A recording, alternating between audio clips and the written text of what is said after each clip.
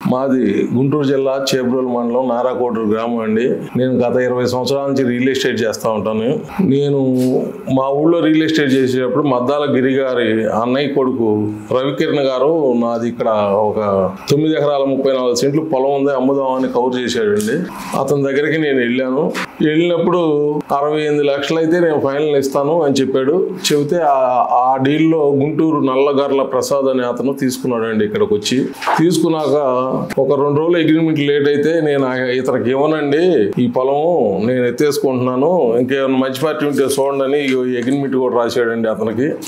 అప్పుడు ఆ తర్వాత వీళ్ళు కరెక్ట్ కాదు, ఎవరన్నా క్యాష్ పార్టీ ఉంటే ఎమ్మండి చేయించుకునే ఉంటే చూడండి అని మళ్ళీ ఇంకో రోజు చెప్పాడు. చెబితే నేను ఇక్కడ మాకు స్థానికంగా పక్కన వడ్లమూడి గ్రామంలో మన నరేష్ గారు, మేడికొండ నరేష్ గారు ఉంటే ఆయన దగ్గరికి వచ్చాను. వచ్చి ఇట్లా సంగతి మనకి రెడ్డిపాలెం దగ్గర 9 ఎకరాల 34 సెంట్లు పొలం ఉంది, తీసుకుంటారని అడిగాను. అడిగితే సరే చూద్దాం పా అని ఆ రోజే మనకి ఏప్రిల్ 20వ తారీఖు వెళ్ళి చూసినాక బాగానే ఉంది, తీసుకుందాం అని చెప్పాడు. సరే వెళ్దాం పా, ఏడే వాళ్ళ మిల్లు ఉంటే మాట్లాడదాము అని చెప్పాను.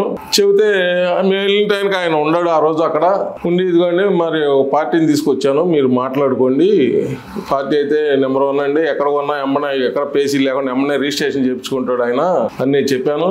చెబితే వాళ్ళిద్దరు కలిసి కూర్చొని రేటు 65 లక్షలు రేటు ఖరారు పడ్డారు ఇద్దరు కలిసి. పడినాక మరి రేపు ఎల్లుండి ఒక 50 లక్షలు పంపిస్తానని అన్నాడు ఈయన. అట్లా వద్దంటే తీసుకుంటే పెద్ద అమౌంట్ తీసుకుంటాను, లేకపోతే మొత్తం ఒకసారి ఇచ్చి రిజిస్ట్రేషన్ చేయించుకోండి అని అన్నాడు ఆయన.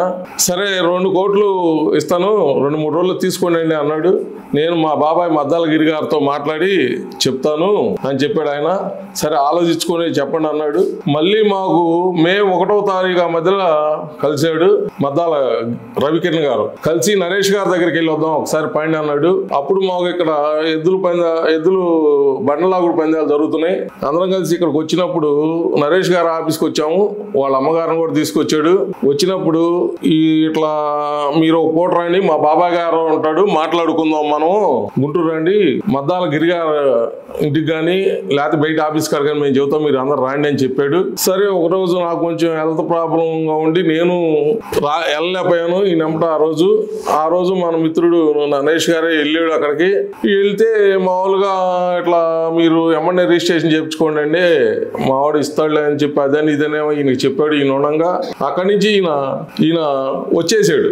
మాట్లాడి వచ్చిన తర్వాత కొద్దిగా నేను తర్వాత నువ్వు ఫాలోఅప్ చేయన్నా అని నాతో చెప్పాడు. సరే ఏం బాబు ఎప్పుడు చేసుకుందాం మరి రిజిస్ట్రేషను అని నేను అడిగాను. నేను రిజిస్ట్రేషన్ అడిగితే చేద్దామంటే కొద్దిగా చెప్తాను 2 రోజులు 3 రోజులు అన్నాడు. అట్లా కాదు, ఓ పూట రండి ఇక్కడికి, నేను వచ్చి మీ మిల్లు దగ్గర మాట్లాడతానని చెప్పాను. ఒక రోజు మిల్లు నాకు వచ్చింది కూడా తెలియదు, ఆ మిల్లు కాడకు వచ్చాడని చెప్పి నేను వెళ్ళాను. అక్కడికి వెళ్తే ఏమండి నాకు 2-3 రోజులు టైం కావాలి, నేను చెప్తాను, ఇప్పుడైతే ఉన్నపరంగా నేనేం చెప్పలేను, కొంచెం నేను మా బాబాయ్ గారు వేరే వాళ్ళకి ఈ ల్యాండ్ ఇద్దాం అంటున్నాడండి అన్నాడు. అదేంటండి వీళ్ళకి ఇచ్చి మళ్ళీ ఇంకోళ్ళు వేరే వాళ్ళకి ఇచ్చేది ఏంటంటే, అదే మన గుంటూరు 2 ఎమ్మెల్యే గారు గల్లా మాధవి గారి భర్త గల్లా రామచంద్రరావు గారికి ఇవ్వటానికి మా బాబాయ్ ఖరారు చేశాడు అని చెప్పాడు. అదేంటి మన నరేష్ గారికి ఇచ్చి మనం ఎకరం 65 లక్షల లెక్క మాట్లాడుకున్నాము, మొత్తం కలిసి 9 ఎకరాల 34 సెంట్లకి మనకి 6,71,00,000 ఆయన రెడీ చేసుకున్నాడు అధిక వడ్డీలు తీసుకొచ్చి. మీరు ఇది చేయడం ఇది పద్ధతి కాదండి, మీరు పెద్దవాళ్ళు, మేము మాట అంటే మాట అన్నావు కదా, మరి మీరు ఈ మాట ఏందండి, మీరు మాట తప్పుతున్నారు, మీకు అది మంచి పద్ధతి కాదు అన్నాను. కాదండి మాకు ఒత్తిడి అట్ట ఉంది పైనుంచి, మా బాబాయ్ గారు ఏదేమైనా మనం గల్లా రామచంద్రరావు గారికి ఇద్దాము, వీళ్ళకి ఇవ్వాల్సిందే కంపల్సరీగా, నువ్వు చెప్పింది చెయ్యి, నీకు తెలియదు అని చెప్పాడండి.